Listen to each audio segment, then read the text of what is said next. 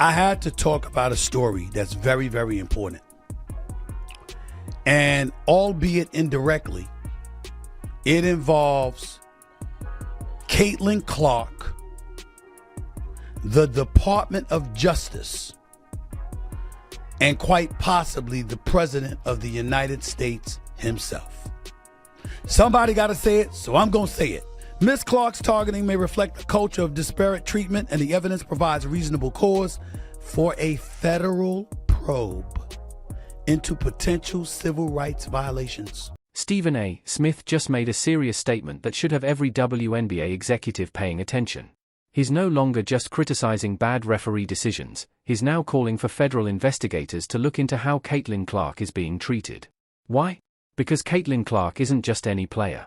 She's the reason merchandise sales jumped by over 600%, and team values have tripled. She brought in a record-breaking 1.29 million All-Star votes. Yet somehow, despite all that, her fellow players ranked her only 9th among guards. That doesn't add up, and Stephen A. says it's time for the government to take a closer look. If you agree it's time to protect Caitlin Clark, drop a comment, protect Caitlin Clark. Let's keep the pressure on. The golden child, in her second year in the league, who was top 4 in MVP voting last year, the assist leader last year, a galvanizing talent that has done wonders for the NBA.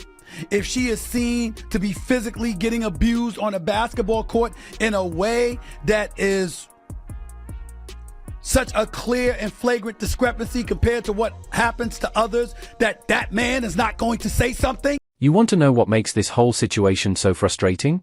Let's talk about the money. Caitlin Clark didn't just enter the WNBA, she completely changed the game overnight. She became the league's biggest moneymaker, driving numbers that should have made her a top priority.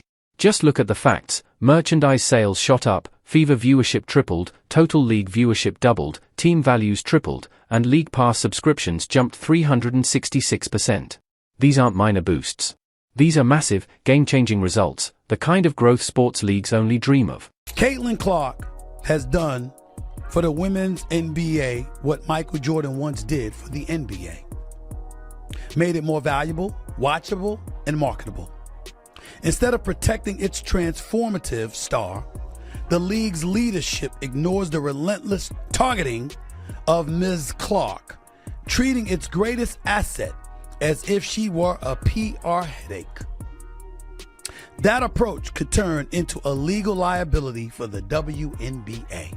Caitlin Clark brought in over $11 million in endorsement deals and pushed engagement on the WNBA app up by a staggering 613%, numbers the league hadn't seen in years, if ever. She didn't just join the league, she transformed it. Every key stat you can think of saw huge growth, all directly linked to her. Clark has completely reshaped the financial future of women's basketball. Since she joined the league last year, Ms. Clark's impact has been seismic. Merchandise sales soared 601%. Indiana Fever viewership jumped 170%. The team's value tripled. League pass subscriptions climbed 366%. App engagement rose 613%. And her endorsements topped $11 million. She's the economic engine driving the league forward. But here's where things take a troubling turn. Instead of looking out for their biggest star, the league stood by while she took more hits than anyone else. The numbers don't lie. Caitlin Clark absorbed 17% of all flagrant fouls last season. That's twice as much as any other player in the league. Just think about that for a moment. Let me tell you what kind of quotes Trump would lead on. Sophie Cunningham told the Wall Street Journal she's Caitlin Clark's teammate, the Indiana Fever. The star player of the league is not being protected. Rebecca Lobo, analyst, ESPN. What does she say? Every single one of those plays against Caitlin Clark has been a foul. Now really think about what that means. The player generating the most money for the league is also taking the most abuse, and somehow, the officials are barely calling it. You're seeing defenders take cheap shots at the same woman who tripled team values. You're watching clear flagrant fouls go uncalled, fouls that would have been automatic for veteran players. Look at the game footage and the pattern is clear: hard hits that should have been flagged, obvious targeting that's ignored, late contact with no whistle.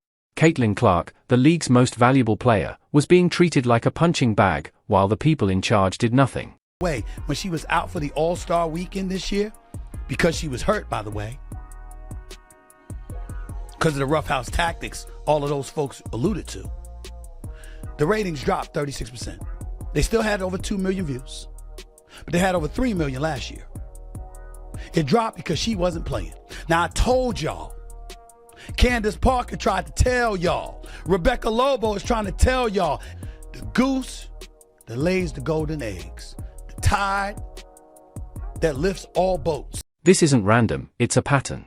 And it shows just how poorly the WNBA has handled its most valuable player. When the athlete bringing in the most money is taking twice the flagrant fouls of anyone else, that's not just bad luck, that's a sign the system is broken. So the real question is, how did the league let jealousy and resentment take priority over basic business sense? How do you watch someone completely transform your financial future, and then fail to protect them from being repeatedly targeted on the court?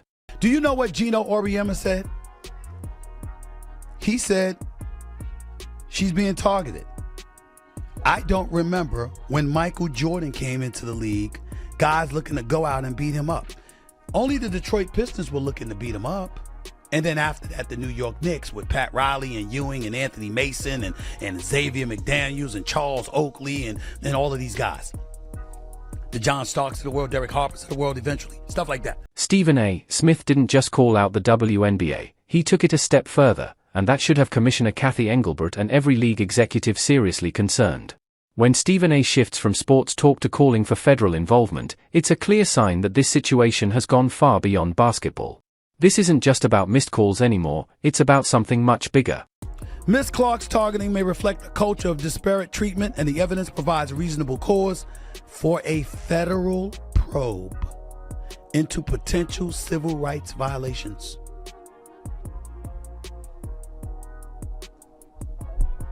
Am I making it up now? Remember I said this months ago.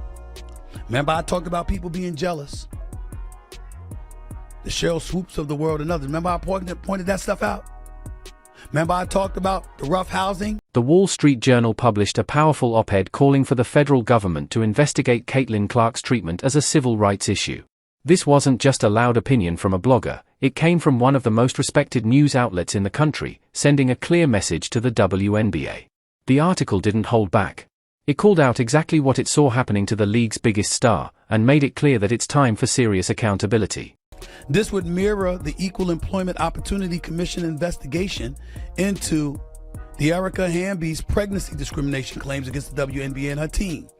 Congress and Labor and Justice Departments would be justified in examining the facts. Stephen A. Smith backed it up without hesitation, saying on air that federal investigators have real reason to step in. He's not just talking about missed calls anymore, he's pointing to a pattern that could potentially violate workplace protection laws.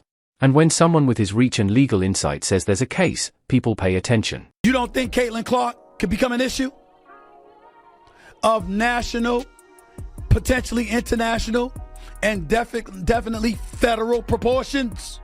You don't think so? This isn't just about sports talk anymore. We're now facing the possibility of investigations by the Justice Department and even Congress stepping in. When federal agencies start digging into internal emails and how decisions were made, everything shifts fast. Every email is examined. Every meeting is replayed. Every policy is put under a microscope.